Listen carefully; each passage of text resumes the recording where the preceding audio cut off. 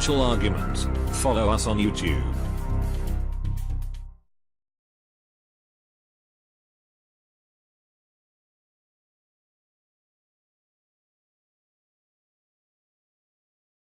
Our guest today is silver expert David Morgan. David, thank you so much for joining us today. Elijah, thanks for having me. All right, now over the past week, we've seen gold prices trading in kind of a $20 range. Now, we think over at Silver Doctors here, this either means that gold is going to break out or break down. What is your perspective? Well, I agree. It's in a trading range. It's overcome, both metals have overcome fairly key resistance at 1250 gold and 1650 silver.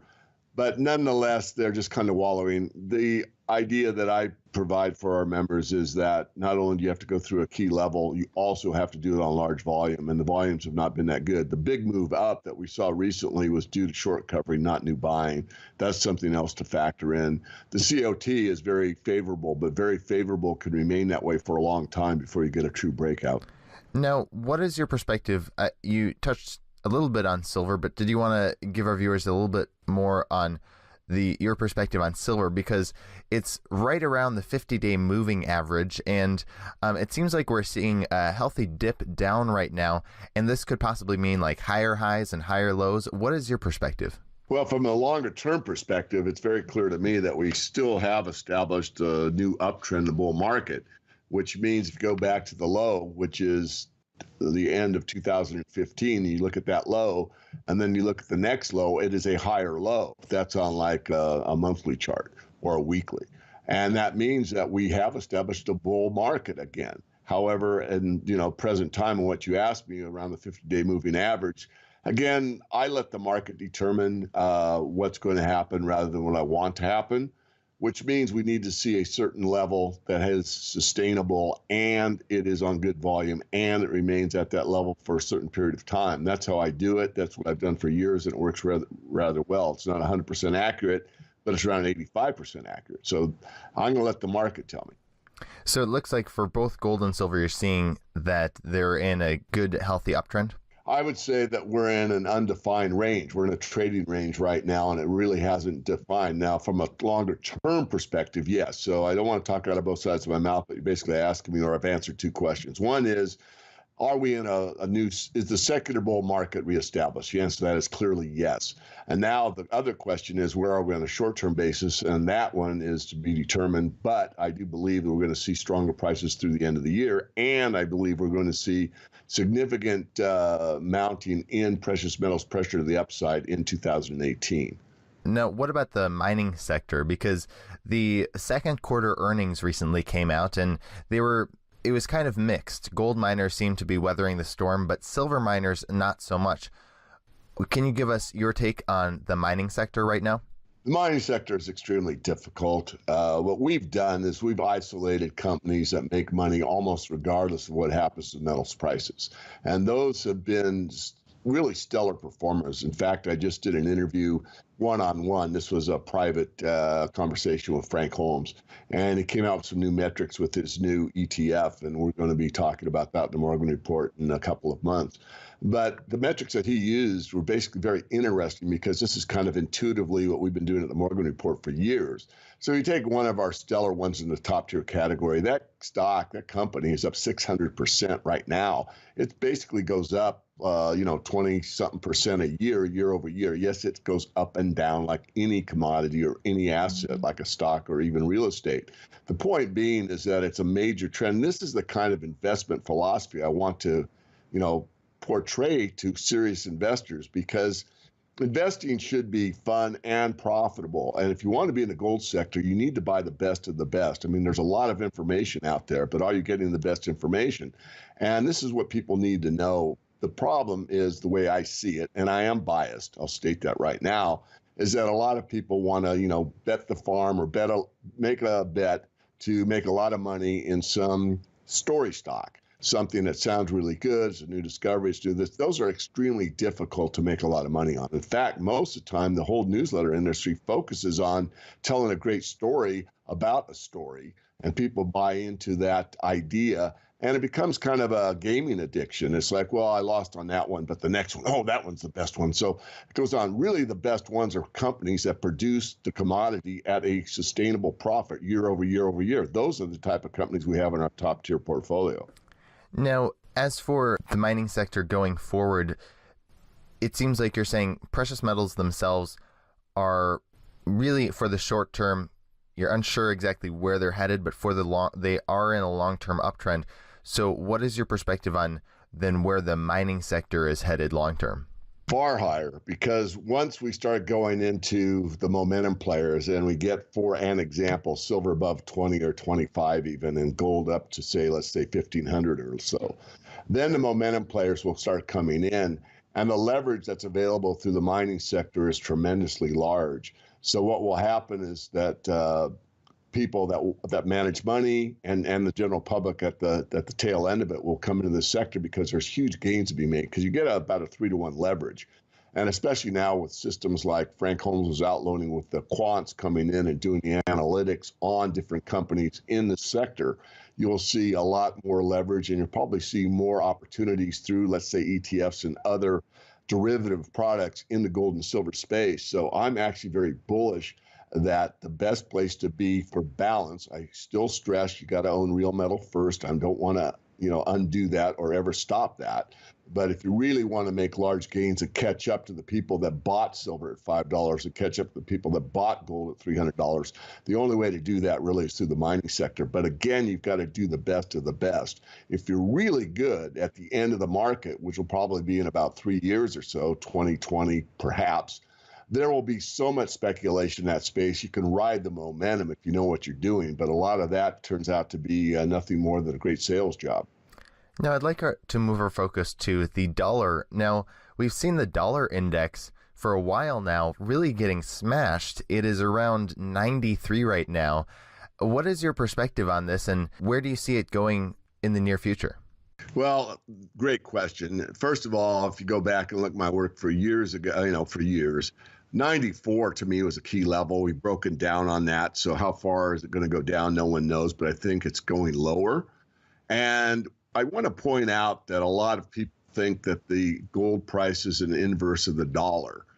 And to some extent, that's true. But really, if you study hard, what you realize is the dollar and the stock market and gold are most negatively correlated. So what that means is the reason you're not seeing gold really shoot up here with the dollar really, falling quickly. And people should question that. Wow, the dollar's really down. Why isn't gold doing better? And I actually put that on my Twitter feed, but I digress. I'll come back. It's really inversely correlated to the stock market. What's the stock market doing? It's making new highs. So gold is kind of struggling here, even though it's doing okay. It's not doing as well as it would do if there's a sell-off in the stock market. In fact, there's a possibility of that coming up. The seasonality, as you know, Elijah, is, September, October is usually the seasonality where you get a sell-off in the stock market. I think it has a high potential for that this year. I know I've said that in the past, but I've also tried to say it, straight up, that it doesn't guarantee it, but those months are the ones to be careful of. So this month or this time, we are so overvalued in the stock market. I mean, and I know I've said that for a while. It's been true. It's been true for a very long time. But this could just be the year that we start to see a degradation in the stock market. Time will tell. Right. I mean, we just saw the Dow break above 22,000, which was a new all-time high. Did you want to tell us a little bit more about your perspective on how overvalued the stock market is? Well, if you really, and I forget the name of the book, and I think I loaned it out. It's a very expensive book, but I pretty much got it memorized. But it was a very classic as far as how markets really work. And it basically talked about like it talked about an accumulation pattern, which is basically a trading pattern going back and forth in a small range like gold and silver are doing presently. And that takes place over a fairly long period of time. And then you get what's called the markup, which is where that breaks out of that channel formation. It moves up significantly higher. And then you get the distribution pattern, which is another channel formation. It goes up and back, back and forth, up and down within a small range, or another channel formation. And then once the distribution has taken place, then the powers that be that are the insiders or the smart money or however you want to refer to it, they exit the market and usually short it. So they make money on the way up, on the markup. They make money distributing their stock. Once it's distributed and the, let's say, less sophisticated investors are left holding the bag, then they do the mark down and they make money on the downside as well as they just made on the upside. And then it comes back and builds another accumulation pattern. So we have seen a distribution pattern in the overall equity market, space as the Dow Jones or the S&P 500 or the Russell or any of those that you want to look at for quite some time. Usually what takes place is after the distribution has been accomplished, then there's usually a further little bitty markup to make everybody feel like they're really smart, that they got in and this new high is really the great place to be. And, stocks are where it's at. And I'm glad I'm out of, the metals and I'm in the stock market and that type of thinking. And so those late players come in and they get a little bit, and then what happens is the powers that be, or again, the sophisticated money, we can call it, decides that's a good place for them to short. So they start building up their short positions, and then all of a sudden you break through that channel to the downside. That gains momentum, and then the selling idea takes over from the buying idea, and now you've got a really strong downward move that, of course, the insiders or the smart money is capitalizing on. Now, I'd like to focus on how, if the stock market is so high right now, it seems like it should be that the economy is also doing really well, but it doesn't seem so. In our recent report on Silver Doctors, we talked about how the ADP payroll data suggests poor labor market conditions. According to the most recent report, the manufacturing sector shed 4,000 jobs in July. What is your perspective on where the economy is right now, and why is the stock market so high if the economy isn't doing well? Well, another great question, Elijah. I tell you, this is one that really bothers me. I've been saying it for the last couple of years. And that is that there is no relationship, practically none, between the stock market and the physical economy. If you go back in time, at one point, you had a very high correlation between what the Dow Jones Industrial Average would show you and the physical economy. They basically went hand in hand. If you had a strong Dow and confirmation by the transportation index, you would have a very strong economy. So they reflected each other. But now there's been such a disconnect between what goes on with the manipulation in all the markets, with the trading algorithms that are prevalent, with the quants, which is, again, algorithms or math-based trading, front running by these computers that are sitting just, a few feet off the exchange and that type of thing. All of that is basically nonsense, but it produces a great deal of turnover. So let's drill down a bit deeper. If you look at the United States economy and analyze it from a top-down perspective, what you're going to see is that 70% of the total economy is based on consumption. I mean, this is ridiculous. This is by buying stuff that we don't need with money we don't have, to further the storage facilities to hold the stuff that we really don't want or need. I mean, this is the mentality that we've been given in the consumerism society, or the I got to have more than you idea. It doesn't work, and it's not working, and it's failing. And that's what the physical economy is showing us again and again and again.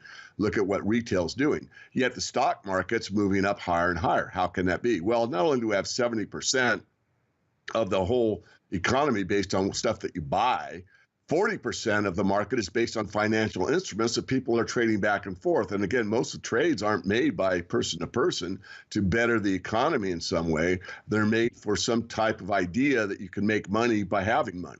In other words, it's no physical productive benefit to society at large whatsoever in any way, shape, or form.